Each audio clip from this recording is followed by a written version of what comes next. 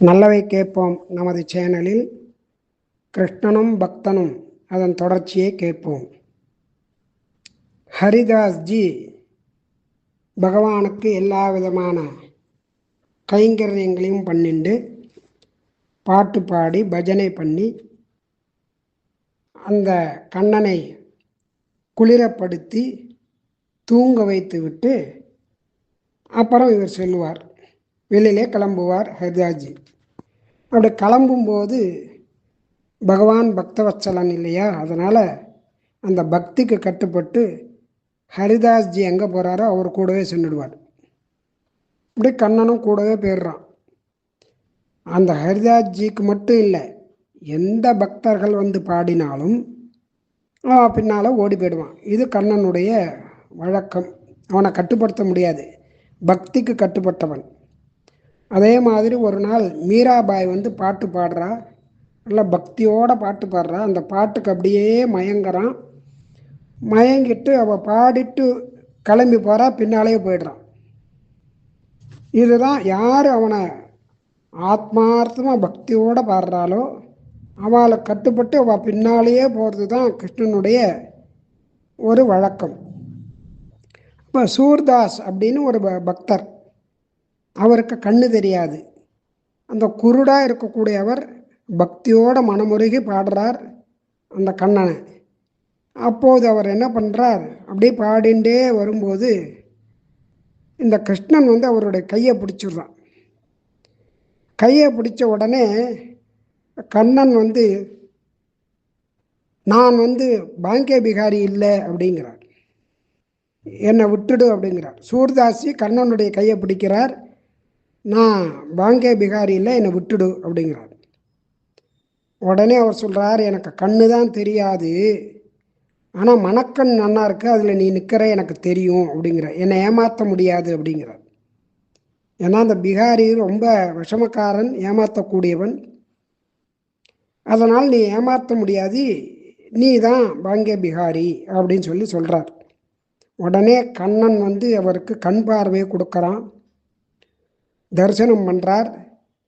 உன்னை நான் பார்த்துட்டேன், இந்த ஒரு தடவை பார்த்ததே போகும், என்னை பழையபடி குருடன் ஆக்கிடு, நான் வேறு எதையும் இந்த கண்ணால் பார்க்க மாட்டேன், உன்னை பார்த்த இந்த கண்ணால் வேறு எதையுமே நான் பார்க்க மாட்டேன். இதுதான் ஆழ்வாரும், என் அமுதினை கண்ட கண்கள் மற்றொன்றினை காணாவே, எம்பெருமான ஒரு தரிசனம் பண்ணியாச்சுன்னா இந்த கண்ணால் வேறு எதையும் பார்க்கக்கூடாது அப்படிங்கிறது ரொம்ப அழகாக அவெல்லாம் காமிச்சு கொடுத்துருக்கா.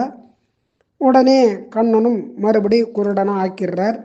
அந்த சந்தோஷத்தில் அவர் வந்து ரொம்ப பக்தியினால் அனுபவிச்சுட்டே இருக்கார். ஹரிதாஸ்ஜியினுடைய சிஷ்யர் ஒருத்தர் இருக்கார், அவரும் பக்தர். அவர் அக்பருடைய அரசவையில் நவரத்னங்களில் ஒருத்தர். நவரத்னங்கள் இருக்கா அக்பருடைய சபையில், அதில் நவரத்னங்களில் இவர் ஒருத்தர். பெரிய மகா பண்டிதர், மகா பக்தர். இவர் வந்து பாட்டு பாடினா அந்த பாட்டுக்கு அப்படியே மயங்கிடுவார் அக்பர். அப்போ அக்பர் ஒரு நாள் கேட்குறார், உன்னுடைய குருவை நான் பார்க்கணும் அப்படிங்கிறார். உடனே அந்த அக்பரை பிருந்தாவனத்துக்கு அழிச்சுன்னு போகிறார். அங்கே ஹரிதாஸ்ஜி அந்த பிகாரிக்கு பஜனை பண்ணின்னு இருக்கார். ரொம்ப பக்திபூர்வம் பாட்டில் அப்படியே பண்ணிகிட்டே இருக்கும்போது அந்த பாட்டில் மயங்கிடுறார் அக்பர். பாட்டு முடிஞ்சுது, ஹரிதாஸ்ஜியை சேவிக்கிறார். அக்பர் மீராபாயின் பாட்டுக்கு மயங்கி அவரை பார்க்க வந்தபோது கண்ணனை சேவிக்கிறார். இப்படி இவாளெல்லாம் பாட்டு பாடின்னு இருக்கும்போது பகவானை சேவிக்கிறார், இவாளையும் சேவிக்கிறார். இப்படி கிருஷ்ணனை பார்த்ததான ஒரு சந்தோஷத்தில் அந்த ஹரிதாஸ்ஜியை ரொம்ப அதாவது புகழ்ந்து அவர்கிட்ட கேட்குறார் அக்பர், நான் உங்களுக்கு ஏதாவது ஒன்று உதவி பண்ணணும், பரிசு தரணும்னு ஆசைப்பட்றேன், என்ன வேணும் கேளுங்கோ அப்படின்னு. ஹரிதாஸ்ஜி, நானோ சன்னியாசி, எனக்கு எதுவும் வேண்டாம் அப்படின்னு மறுக்கிறார். திரும்பி திரும்பி வற்புறுத்துறார், எனக்கு எதுவுமே வேண்டாம் அப்படிங்கிறார். இல்லை, ஏதாவது பண்ணித்தான் ஆகணும், நான் பண்ணுறேன் அப்படிங்கிறார். உடனே இங்கே இந்த பிகாரி கோயில் கொண்டுள்ளதான இந்த கோயிலுக்கு பின்னால் அந்த மதில் சுவரை விட்டு ஒரு யமுனை படித்துறை இருக்குது. அந்த மதில் சுவரையும் அந்த படித்துறையும் இடிஞ்சு போச்சு, அதை நீ சரி பண்ணி கொடு அப்படிங்கிறார். அவ்வளவுதானே, அதை பண்ணி கொடுத்துட்றேன் அப்படின்னு கர்வத்தோடு சொல்கிறார் அக்பர். அப்போ போய் அதை பார்க்கறதுக்கு போகிறார். பின்னால் போனால் அந்த மதில் சுவர் இடிஞ்சிருக்கு. அதில் என்னதான் இருக்குது அப்படின்னு அதை எட்டி பார்க்குறார். அந்த உடஞ்சி போன அந்த மதில் சுவருக்குள்ளே பார்த்தா வைரம் வைடூரியம் எல்லாம் அப்படியே கொட்டி கிடக்கு. இதெல்லாம் எடுத்துட்டு அந்த மதில் சுவரை கட்டணும்னா என்னால் முடியவே முடியாது அப்படின்னு சொல்லிட்டு ஹரிதாஸ்ஜியினுடைய அந்த திருவடியில் விழுந்து அப்படியே சேவிக்கிறார். அவர் காலில் விழுந்து சேவித்து மன்னிப்பு கேட்குறார். குருஜி என்னை மன்னிக்கணும், இவ்வளோ பெரிய காரியம் என்னால் பண்ண முடியாது, ரொம்ப கஷ்டம் அப்படின்றார். இப்படி அந்த பாங்கே பிகாரி விஷமக்கார கண்ணன் அக்பருடைய கர்வத்தை அப்படியே அடக்கான். அப்புறம் ஹரிதாஸ்ஜி என்ன பண்ணுறார், அக்பரை பார்த்து, இங்கே இருக்கக்கூடியதான குரங்குகள்லாம் தேவர்கள் தான் குரங்குகளாக வானரங்களாக வந்திருக்கா, அந்த சாதுக்கள் இந்த சன்னியாசிகள் எல்லாருமே அந்த தேவர்கள் தான், இப்போ இங்கே குரங்குகளாக வந்திருக்கிறவாளும் அவள் தான், அதனால் அவளுக்கு பழங்கள்லாம் கொண்டு வந்து கொடு அப்படின்னு சொல்கிறார். அக்பரும் அப்படியே வந்து கொடுத்துட்டுருக்கார். தினமும் வந்து அவைகளுக்கு பழங்கள்லாம் கொடுக்குறார்.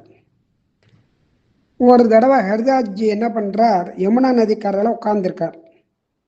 அப்போ ஒரு பெரிய வியாபாரி ஒருத்தர் வரார், பணக்காரர், பெரிய பணக்காரர் வரார். அவரை வந்து ஹரிதாஸ்ஜியினிடம் வந்து, நான் பாங்கே பிகாரிக்கு ஏதாவது பண்ணணும், ஒரு கைங்கரியம் பண்ணணும்னு நினைக்கிறேன், அதனால் அவனுக்கு என்ன விருப்பமோ அதை சொல்லுங்க, நான் கொண்டு வந்து தரேன் அப்படிங்கிறார், அதை பண்ணுறேன் அப்படிங்கிறார். உடனே ஹரிதாஸ்ஜி என்ன பண்ணுறார், நன்னா வாசனை உள்ள திரவியம் அந்த ஒரு தைலத்தை வாங்கிட்டு வா அப்படின்னு சொல்கிறார். உடனே இந்த வியாபாரியும் ரொம்ப பக்தியோட பல விதமான புஷ்பங்களெல்லாம் எடுத்துட்டு வாசனை உள்ள புஷ்பங்களெல்லாம் கொண்டு வந்து அதனால் ஒரு தைலத்தை தயாரிக்கிறார். அதுக்கு தான் அத்தர்னு பேர். அதை வந்து ஒரு பாத்திரத்தில் கொண்டு வந்து இந்த ஜியிடம் கொடுக்குறார்.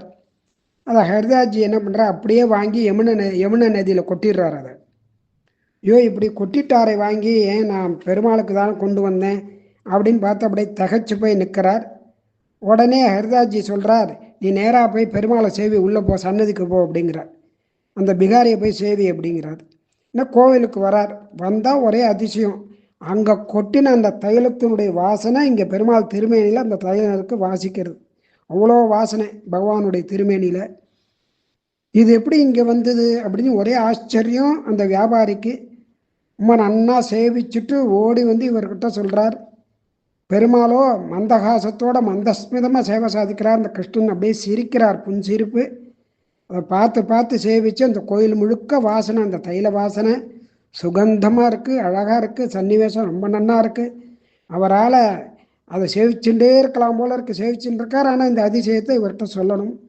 ஓடி வரார்.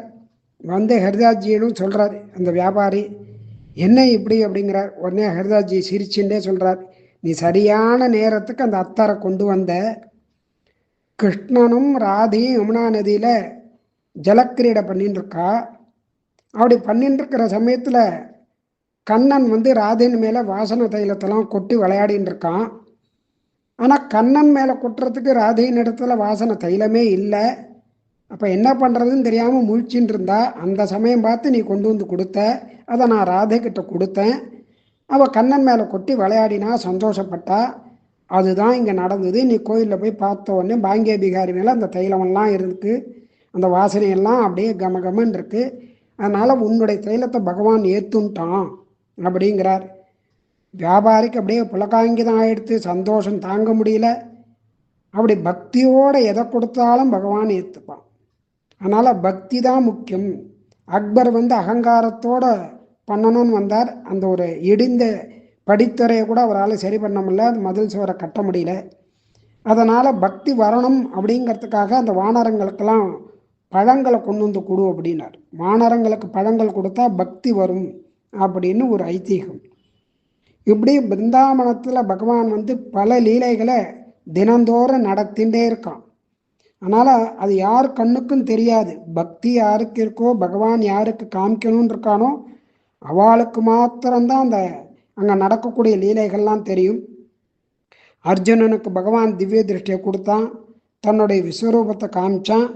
இப்படி தினமும் பகவான் வந்து இங்கே நிதிவனத்தில் ராத்திரி ராசலீலை பண்ணுறான். அப்படி பண்ணின்னு இருக்கும்போது பாங்கே பிகாரி எப்போ ராத்திரிலாம் விளையாடிட்டு கார்த்தால வரானோ அப்போ தான் அந்த கோயிலை திறந்து அந்த நித்தியபடியான ஆராதனத்தை பண்ணுவா.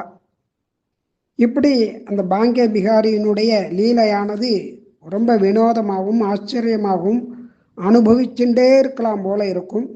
அடுத்த லீலையை நாளை கேட்போம்.